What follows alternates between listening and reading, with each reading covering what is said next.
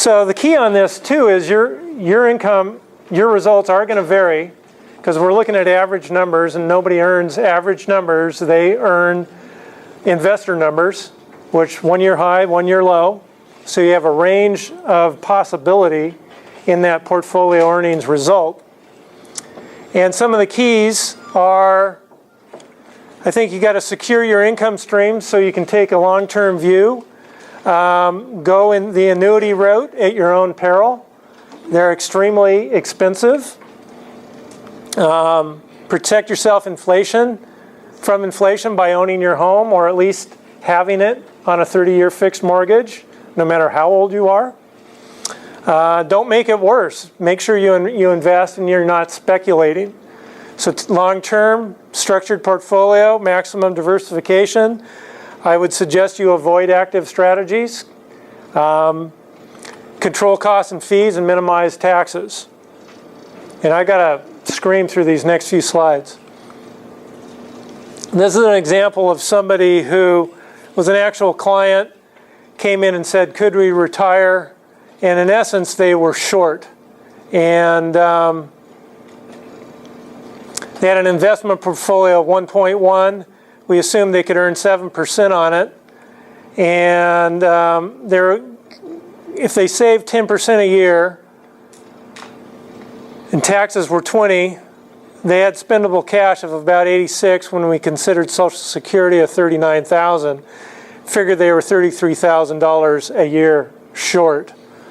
And basically figuring out that if they, over 7 years, put away $1,600 a month and got their investment portfolio up to the 1.8 million range, that they could probably make it.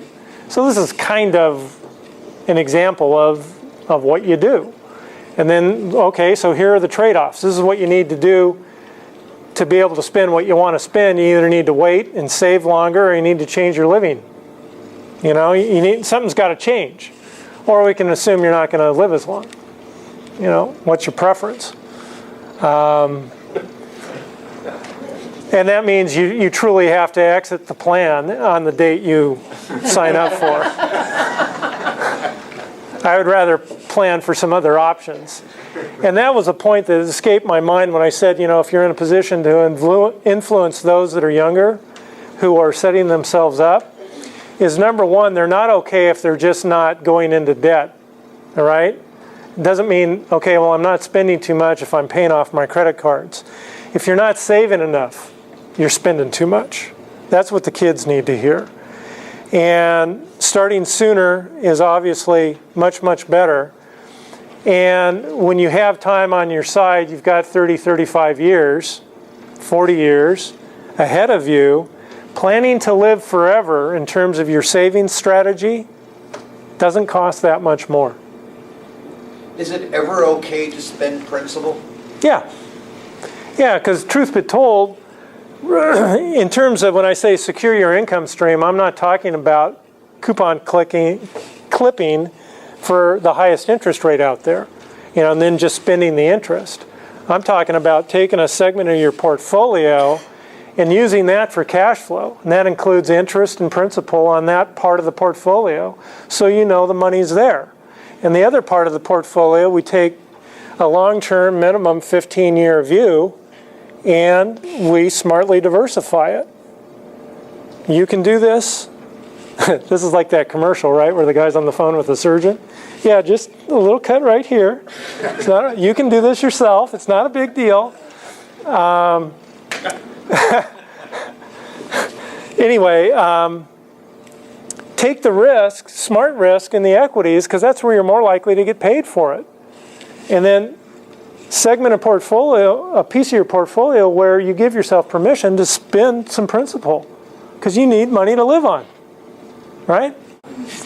Contingency planning, all right? We've got risks we've got to plan for. We've been talking about really protecting yourself against inflation is a big part of really what this last piece was about, is growing your portfolio so you live long enough, you're going to have enough money in spite of inflation to live in a nice way. You can use insurance for some other things.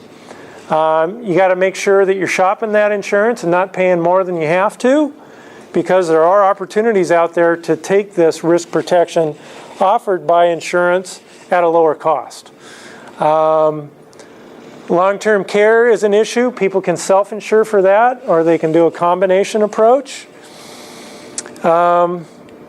Disability, that's more a young person's issue, and that's the living death, because it's expensive and you've lost your income. Usually when we get older, disability isn't the factor, because if we've planned correctly, we've got an income. Tax planning, okay? The key here is, we talked about earlier, how to figure out what your taxable income is and what your tax bracket is, your average tax rate, etc. This is how to determine your tax bracket. We talked about it with the lady's question over here. The average tax rate is probably the best for planning purposes. Some strategies to lower taxes: defer income in years where brackets are going to change. You can accelerate deductions into years, coming forward if you have higher income in a given year. You can change your pre-tax savings rates, etc. And the key here isn't just to dodge one year to the next and go high and low and not have any impact on the average. What you're trying to do is lower your lifetime taxes paid. And so that takes some careful thinking and planning. Prudent use of medical deductions, taxes, interest, I think I'll get sick this year. But, if there's some things that you can push off, say you've got a surgery that you need to have and it's near the end of one year, if you wait a couple weeks and those costs hit in another year, when you have other things going on, or maybe you bring them back and you make sure you have it this year because you already had some expenses. The idea is to pull them together and use them when you can, if you have that kind of flexibility. If you're in alternative minimum tax, charitable contributions will never be held against you. You'll never lose their benefit. So that's always something to consider. There's obviously the human aspect of helping one another. You never lose that. And sometimes when my clients give money away and they come in and we look at it and we go, and they think, well, this one's deductible. I say, oh, it's really not. So you should feel 30% better for having done it, right? Got about a minute there, Bill. So that's the big key. And this really, I got to laugh here. She may know the inside story on this, is that in terms of making an investment portfolio last for 30, 35 years through your lifetime, through the ups and downs, it's just like work. There were years you got bonuses, years you didn't. Years you tightened your belt, years you splurged. And if you can take that kind of flexibility into your financial independence years, you're going to do a lot better, as opposed to absolutely insisting that I've got to have a portfolio that gives me a cost of living every year of at least 3%, or I'm going to be miserable. Well, guess what? You're going to be miserable. Because flexibility makes our lives a lot easier. That's all I've got for you. Okay. Thanks. Okay, couple of minutes just for a wrap-up. You need to know for yourself, if you don't know your marginal income tax bracket, see if you can find out what that is. Either go through the charts, call your enrolled agent, call your CPA, find out what your marginal tax rate is. You may want to include California in there as well. Another practical use for knowing your tax rate is that at the end of the year, you're going to withdraw money from your IRA. And the question is always, do I take the minimum amount, or how much should I take? Well, one of my rules of thumb is that, and I see Bill kind of nodding, already knowing where I'm going. I usually take it, or recommend, you take it out up to your marginal, up to the next, before you get to the next tax rate, versus just your minimum amount. One of the things is that Carolyn provides is a charitable gift annuity illustration. And she'll go through your effective rate of return. Because many of the things that, the charitable gift annuity, you get your own money back. And that's considered tax-free. And so when it comes into whether or not Social Security is going to be taxed, it won't be because it's untaxable. It's the same thing on municipal bonds and regular bonds. People buy municipal bonds because they're tax-free, but they really are inappropriate because they're not in a high enough income tax bracket to make it worthwhile. So knowing your tax bracket is really, really important. Do you know your own investment return from last year? What was your personal return? What was it the year before? What was your 3-year rate of return? You can figure it out and then compare that with a benchmark. Don't believe the statistics on the board.